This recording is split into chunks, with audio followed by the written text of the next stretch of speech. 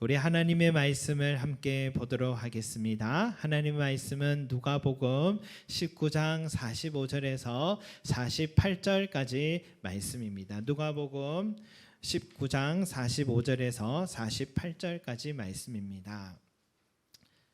자, 앞에도 있죠. 우리 같이 한 목소리를 함께 올려드리겠습니다. 시작. 성전에 들어가사 장사하는 자들을 내쫓으시며 그들에게 이르시되 기록된 바 내 집은 기도하는 집이 되리라 하였거늘 너희는 강도의 소굴을 만들었도다 하시니라.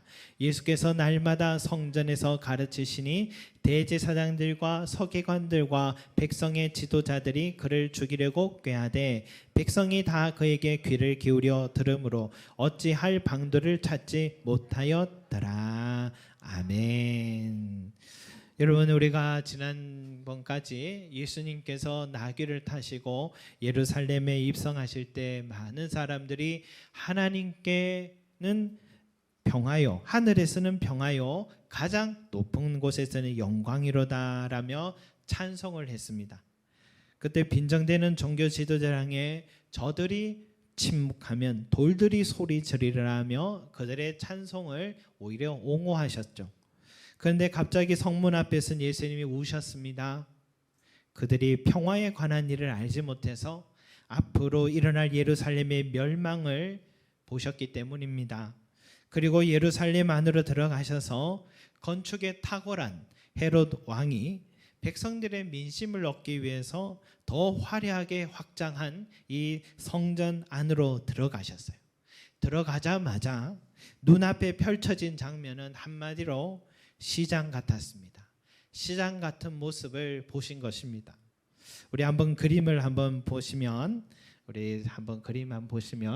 이게 이스라엘의 성전입니다. 이 성전에 성전뜰 입구를 처음에 들어가면 제일 먼저 보이는 이방인의 뜰이 있습니다. 이방인의 뜰이 있고 또 성전 미문이 있고 또 여인의 뜰까지는 여인들도 들어갈 수가 있습니다. 이방인의 뜰까지는 이방인들도 들어갈 수 있다는 뜻입니다. 그리고 이스라엘의 뜰이 있는데 그곳에는 남자들만 또 들어갈 수 있답니다. 그리고 제단이 있고 성소와 지성소 제사장의 뜰이 저렇게 있습니다. 그래서 성전의 모양은 이런데 오늘 이 예수님이 들어가자마자 장사하는 모습이 펼쳐진 장면은 바로 저 이방인의 뜰, 바로 저기에서 일어나고 있는 모습이에요. 다시 다음 그림도 한번 보시면 그 이방인의 뜰 현장은 바로 이렇게 생겼습니다. 많은 사람들이 저 안에서 토론도 나누고 또 모여서 이야기도 나누는 바로 그런 장소인데 저 모여있는 저 장소에서 지금 장사하는 모습이 상행위가 이루어지고 있습니다. 예, 이제 그림은 되겠습니다. 자, 여러분 여기에서 왜 예루살렘 성에도 시장이 참 많을 텐데 왜 여기 성전의 뜰 안에서 돗대기 시장처럼 상행위가 일어나는 것일까? 바로 제사를 드릴 소와 양과 비둘기 그리고 환전을 하는 사람들이 있기 때문입니다. 여러분 6월절이 되면은요 이스라엘 사람들은 순례객들이 다 이 6월절 예루살렘 성지 다 향해서 오는데 주변 나라에서 오는 사람들은 한 달이 넘는 걸음으로 유대인 남자라면 1년에 한 번은 꼭 이 성지에 와야 됐습니다. 근데 개인적으로 믿음이 더 좋으면은 중요한 절기 3번이나 그 먼 길을 찾아왔으니까 얼마나 대단합니까? 일상생활을 해야 되는 사람이라도 꼭 한 번은 이 6월절 절기에는 예루살렘 성지에 와야 됐어요. 그래서 예루살렘은 평소에는 인구가 2, 3만 명인데 6월절이 되면 100만 명이 넘는 사람들이 모인다 합니다. 그리고 그 현장에서 짐승을 팔게 된 이유가 있어요. 먼 곳에서 예루살렘에 찾아온 순례객들이 짐승으로 제사를 지내야 되는데 그런데 직접 데리고 오는 것은 어려우니까 그 제사 드릴 수 있도록 편의를 위해서 현장에서 짐승을 사고 팔 수 있는 전통이 생겨났습니다. 그리고 이 이방인의 뜰은 헤롯 왕이 확장 공사로 만든 곳이기 때문에 그곳에서 매매를 하는 행위는 율법에 어긋나지 않았습니다. 그리고 동전을 바꾸는 환전상들도 있었어요. 이런 모든 유대인 남자들은요, 1년에 반세겔이라는 성전세를 내야 됐습니다. 그 반세겔도 유대인들이 사용하는 그 동전으로 사용해야 됐습니다. 그러니 다른 나라에 살아가고 있는 유대인들은 이곳에서 수수료를 내고 환전을 했기 때문에 동전을 바꾸는 상인들도 있었던 것입니다. 이런 6월절이 되면 성전 안에는 자연히 이런 현장 모습을 예수님은 늘 어릴 때부터 봐오셔서 잘 아셨을 것입니다. 예수님도 유대인 남자로서 자라왔기 때문이죠. 그런데 왜 오늘 예수님은 45절 말씀처럼 그 늘 있어왔던 그 현장에 장사하는 자들을 내쫓으시며라는 이 과격한 행동을 보여주셨는 걸까? 오늘 누가복음에는 상인들을 내쫓았다라고 하는데 다른 복음서에서는요, 돈 바꾸는 사람들의 상과 비둘기 파는 사람들의 의자를 둘러 엎으셨다. 둘러 엎으셔 버렸습니다. 요한복음에는요, 노끈으로 채찍까지 만들어서 모든 짐승들을 성전에서 다 내쫓으시면서 상을 엎었다라고 했습니다. 여러분, 지금 이 상황은요, 보통 상황이 예사로운 일이 아니잖아요, 그죠? 이번 주 수요일에 가끔씩 와서 돈을 좀 달라 하는 남자가 있었는데 잠시 비워둔 사이에 와서 아무도 없는 것을 알고 뒤편에 이 캐비넷을 열어보고 있더라고요. 제가 그 현장을 딱 보고서 목격을 하면서 하니까 당황을 했어요. 또 저도 당황을 한 거죠. 그러니까 당황을 하니까 저도 더 큰 소리로 외쳤습니다. 여기서 뭐 하는 거냐? 빨리 나가라 하면서 막 큰 소리를 쳤어요. 변명을 막 하는데 변명도 듣지 않고 큰 소리로 쳤습니다. 여러분, 제가 왜 큰 소리 쳤을까요? 저도 무서웠습니다, 여러분. 또 이번에 따끔하게 큰 소리 안 치면은 앞으로 여집사님들이 계실 때에 참 위험할 것 같아서 그래서 이렇게 행동하지 못하도록 아주 큰 소리로 야단을 쳤습니다. 그리고 이렇게 지금 카메라를 하나 좀 설치를 했습니다. 예. 그래서 이 예배를 바로 앞두고 제가 이렇게 막 화를 내고 큰 소리를 치고 나니까, 그리고 앞에 서서 이제 기타 들고 찬양을 부르는데 저도 어색하고 힘들더라고요. 화를 내고 이렇게 성전 안에서 큰 소리 치고 나서 예배를 드린다는 것이 참 어색하고, 또 만약 그 모습을 누군가 저희 사모만 봐서 그렇지 다른 사람도 봤다면 제가 설교할 때 은혜가 됐을까, 그런 생각이 들더라고요. 여러분, 평소 예수님의 그 인자한 모습을 보다가 그것도 성전에서 이렇게 난동처럼 비춰질 만한 행동하셨을 때 주변 사람들 얼마나 놀랬겠습니까? 처음 그 상황을 본 사람들, 예수님을 처음 만난 사람들 놀랬을 것이고, 매매 행위가 잘못됐다고 생각하지 않던 사람에게도 상과 의자를 다 둘러 엎어버리시고 동전이 여기저기 굴러다니고 비둘기 짐승들이 다 풀어져서 여기저기 돌아다니고 하니까 눈살 찌푸리는 일이 되지 않았을까 싶어요. 이유에 어떻거나 과격한 행동을 하거나 욕을 하거나 폭력을 행사하게 되면 그 행위를 한 사람이 나쁜 사람으로 인식되지 않겠습니까? 종교사회입니다. 성전 안에서 그것도 이런 일이 예수님께 결코 좋은 이미지가 아닐 일이죠. 자칫 복음 전파의 걸림돌이 될 수 있을 것입니다. 여러분, 좀 지혜가 있으시다면 잘못된 제도는 예수님이 힘과 권세를 좀 가지신 후에 순차적으로 개혁을 해 가시면 될 일인데, 또 예수님은 예전에 또 다 나중에는 베드로가 로마 고린도에서 칼을 빼들었다고 뭐라 했습니까? 칼을 든 자는 칼로 망한다고, 칼을 집어넣으라고 얘기하셨잖아요. 지금 예수님은 성전에 가만히만 계셔도 이미 역사는 예수님 편으로 흘러가게 되어 있습니다. 굳이 이렇게 판을 깨트리시면서 나쁜 이미지까지 가지실 필요가 있을까 하는 생각이 듭니다. 그런데 왜 예수님이 이런 행동을 하시고 이런 말씀을 하셨을까? 바로 46절 말씀 때문인 것 같아요. 46절 말씀 같이 읽겠습니다. 시작. 그들에게 이르되 기록된 바 내 집은 기도하는 집이 되리라 하였거늘 너희는 강도의 소굴을 만들었도다 하시니라. 아멘. 예수님은 이 말씀을 지금 하고 싶으셨던 거예요. 자식의 이미지를 포기하면서 거칠게 행동할 때는 여러분 그만큼 중요하기 때문입니다. 중요한 메시지를 전하고 싶기 때문인 겁니다. 어떤 메시지입니까? 바로 하나님의 성전을 강도의 소굴로 만들지 마라. 하나님의 전을 강도의 소굴로 만들지 말라는 것입니다. 이 말 때문에, 이 행위 때문에 사실 47절 말씀에도 있지만 대제사장들과 서기관들과 백성들의 지도자들이 예수님을 죽이려고 결심을 하게 되었다라고 합니다. 예수님을 죽이고자 결심한 결정적 사건이 오늘 여기고 이 말씀 때문이었습니다. 대제사장들이란 안나스와 가야바를 말하는데 그들은 대제사장이 되기 위해서는 로마 총독에게 돈을 주고 종교직을 산 것입니다.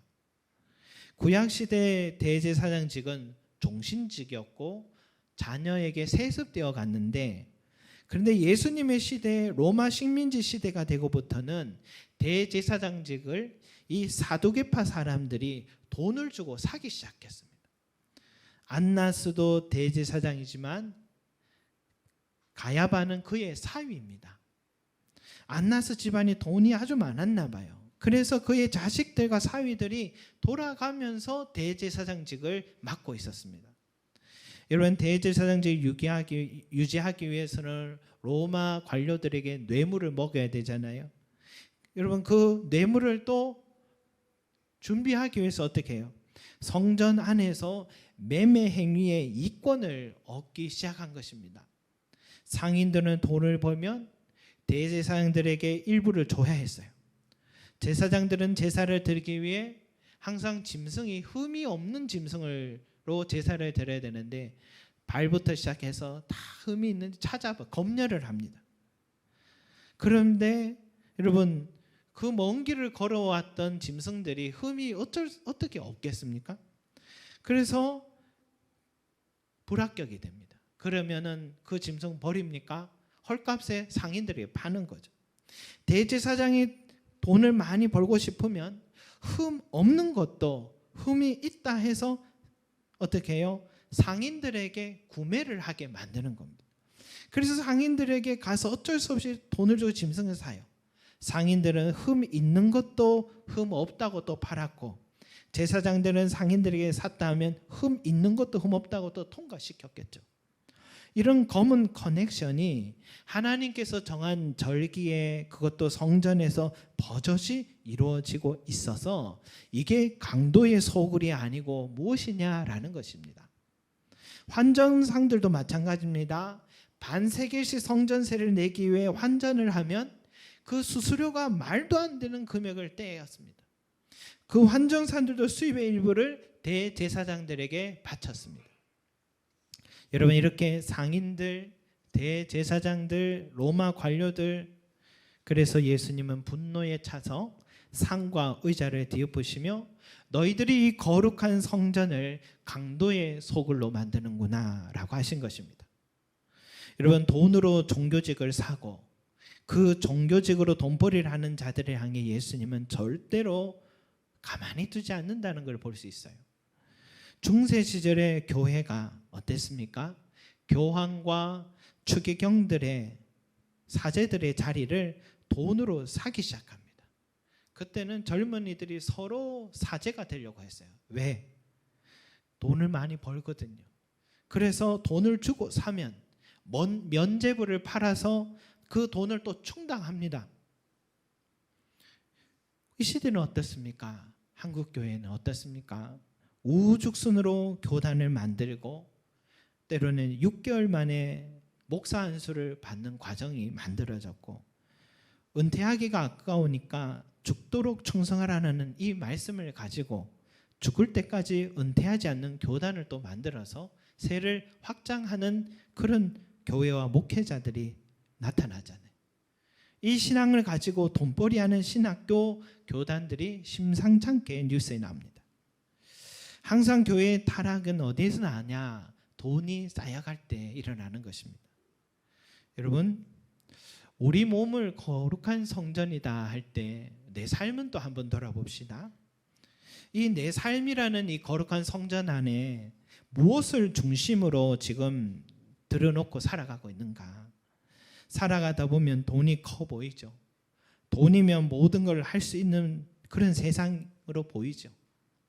어린 시절에 저도 꿈을 꿨는데, 꿈을 꿔서 저도 아직도 기억이 나요. 누나가 옆에 있더라고요. 누나 마음속에 부처님이 있더라. 그 얘기를 제가 했어요. 그리고 저는 개꿈이라고 넘겼는데, 다음날 주일날 중고등부 설교 시간에 누나가 전도사님으로 있었는데 설교를 하는데, 사실은 자신의 돈에 대한 염려를 참 많이 하고 있을 때였대요. 그런데 동생이 꿈에 그런 이야기를 해가지고 꿈으로 그때 회개를 하게 됐다 하는 고백을 했던 그 설교 시간이 기억이 나요. 여러분, 돈에 대한 관심이 지나치거나 돈에 대한 염려가 크게 되면 우리는 누구나 하나님의 거하실 자리가 없어지게 되고, 행복할 줄만 알아도 하나님이 거하지 못하는 그 마음의 성전은 평안할 수가 없다는 것입니다. 그게 성경이 말해주는 거예요. 마음만 평안하지 못한 게 아니라 돈은 내 삶을 지켜주지도 못한다고 하시면서 한 부자의 비유를 말씀하신 것입니다. 교회든 내 가정이든 내 마음이든 여러분, 내 삶을 지켜주는 것은 그 물질이 아니라 하나님이심을 믿으시기 바랍니다.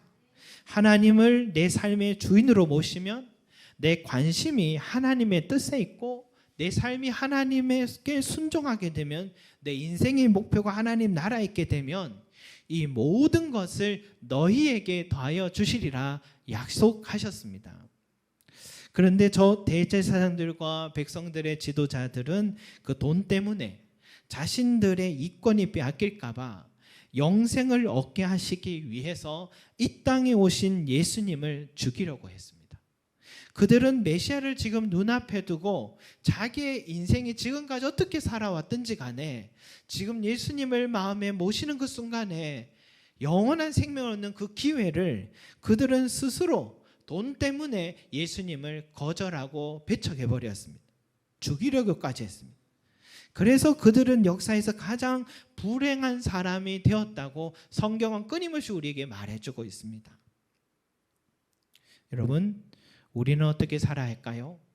직장을 구하더라도 그 기준을 월급이 얼마냐라는 기준보다는 주일 성수를 하며 신앙생활을 잘 할 수 있는 곳인가, 그런 기준으로 구하시기 바랍니다.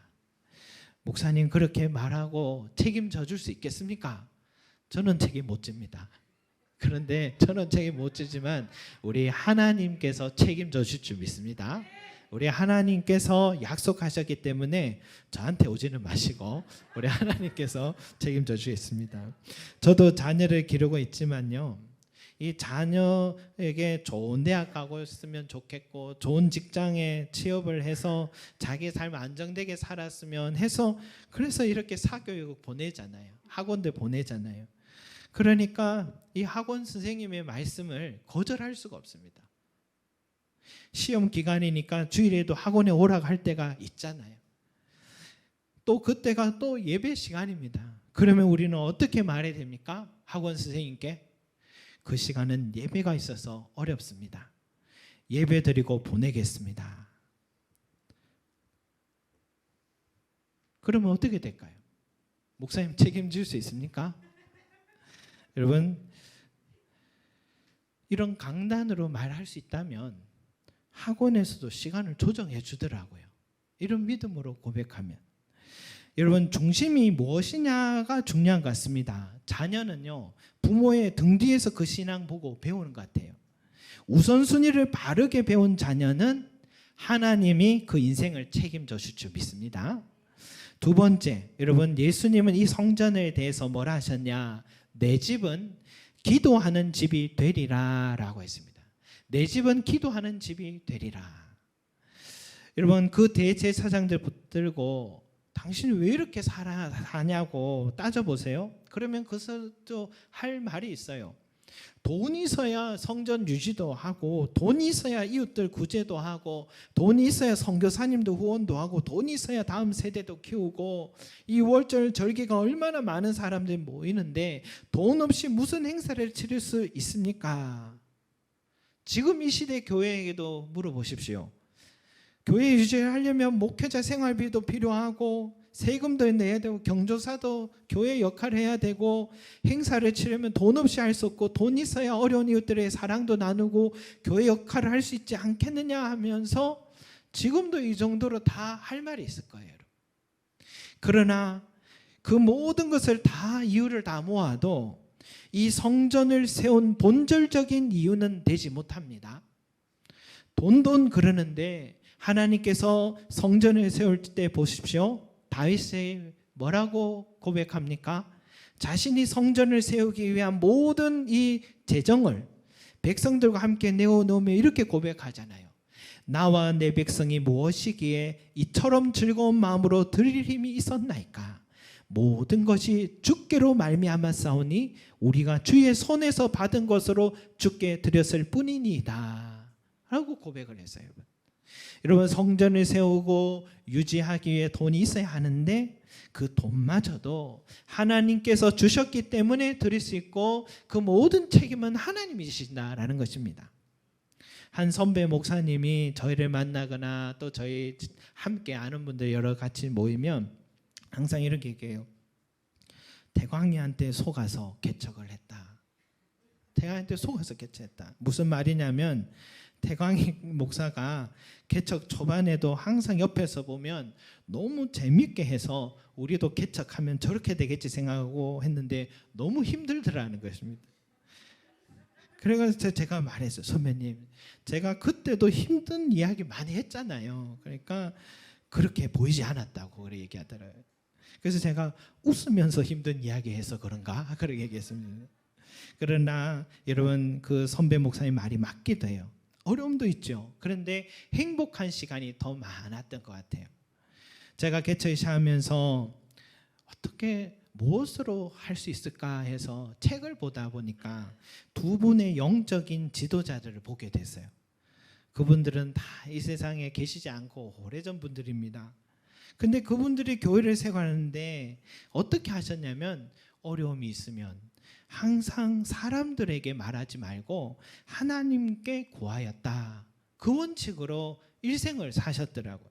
그래서 그 원칙으로 한번 해봐야지 하고 시작했는데, 정말 하나님께서 구한 것도 보내주시고 말하지 못한 것도 미리 아시고 채워주시는 것을 지금까지 경험을 해왔습니다.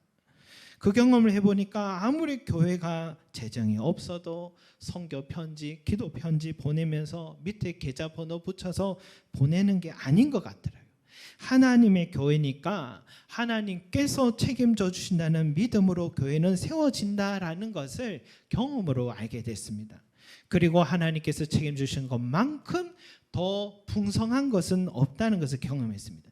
요지는 교회는 돈이 필요하지만 그 돈마저도 하나님께서 책임져 주시니 염려하지 말고 선한 일을 계획하고 달려나가면 부족하지 않게 채워주시고 인도해 주신다라는 사실입니다. 여러분, 그렇다면 교회의 가장 중요한 본질이 무엇인가?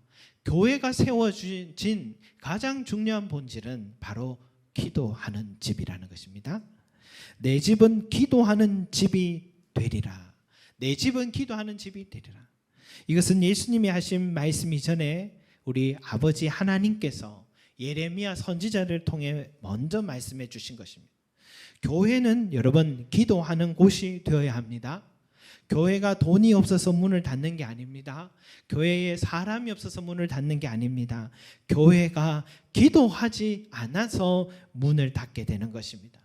기도하지 않으니까 성령님이 역사할 수 없고, 성령님의 역사가 없으니 생명력 있는 기적이 없어서 결국 교회는 문을 닫게 되는 것 같아요. 여러분, 교회가 얼마나 중요한가. 이번 주 수요일 날에 말씀을 보는데, 이 페르시아 고레스 왕이 페르시아 왕인데 갑자기 자기가 정복하고 나서, 바벨론 나라를 정복하고 제국을 세우고 나서 그 해에 제일 먼저 칙령을 내리는데, 그 칙령이 뭐냐면 모든 유대인들은, 포로로 온 유대인들은 고향으로 돌아가서 성전을 세워라.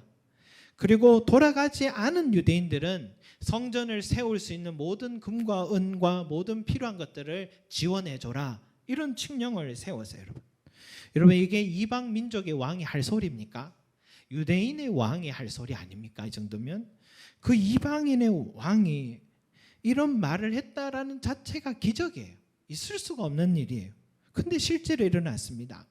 그리고 하나님의 유대인들을 포로 생활을 하게 한 죄의 대가로 시간이 원래 70년이라고 했는데, 그런데 이 기한한 시간이 48년 만에 첫 번째 기한이 일어났어요.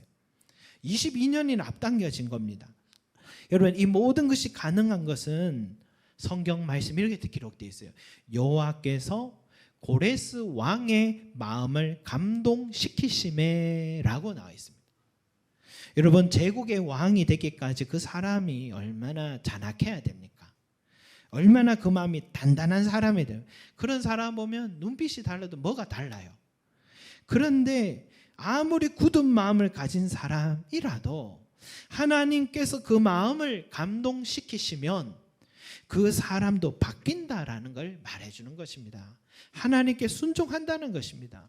이게 어떻게 가능하냐? 유대인들이 바벨론 포로 생활을 하면서 그들이 많이 기도를 한 것 같아요. 하나님, 우리의 죄를 용서해 주십시오. 우리가 미처 하나님의 뜻을 깨닫지 못하고 우리가 하나님의 뜻에 순종하지 못해서 이런 형벌을 받고 있으니 한 번 더 우리의 길을 주시고 우리를 용서해 주시고 우리를 자유케 하여 주시고 하나님의 성전을 바로 세울 수 있는 자들이 되게 하여 주시옵소서 하고 그들은 눈물로 회개의 기도를, 은혜의 기도를 구하였습니다. 다니엘을 비롯해서 많은 유대인들이 기도했다고 성전에 나오잖아요.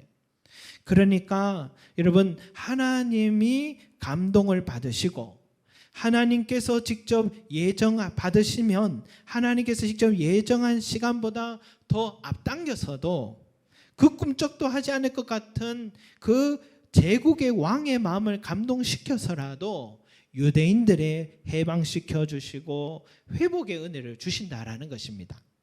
성도 여러분, 이것이 기도의 능력임을 믿으시기 바랍니다.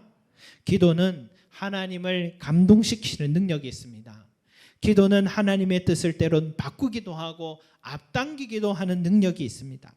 아무리 꿈쩍도 하지 않을 것 같은 내 앞에 그 현실과 그 큰 고난의 문제가 있다 하더라도 우리가 이 성전에 올라와 기도하면 하나님께서는 그 상황을 변화시켜 주시고 그 사람의 마음을 감동시키셔서 놀라운 기적을 맛보게 하는 것, 그게 기도의 능력임을 믿으시기 바랍니다.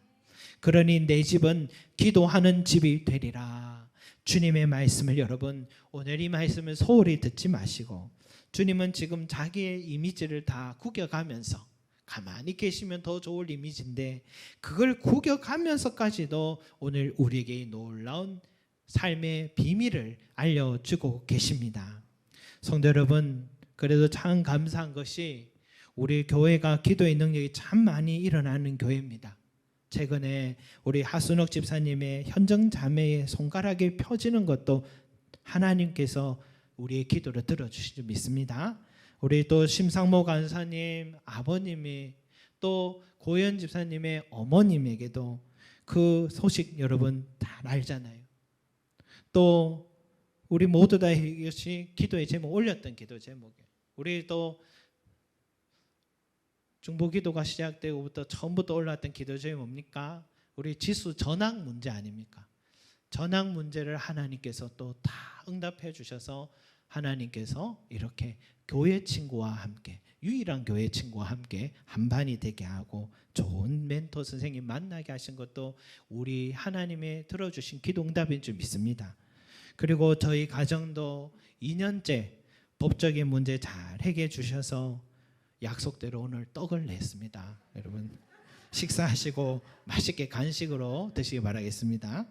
여러분 우리가 정말 지금까지 솔직히 참 기도했다 하기엔 좀 부끄러워요. 이걸 기도라 할 수 있을까?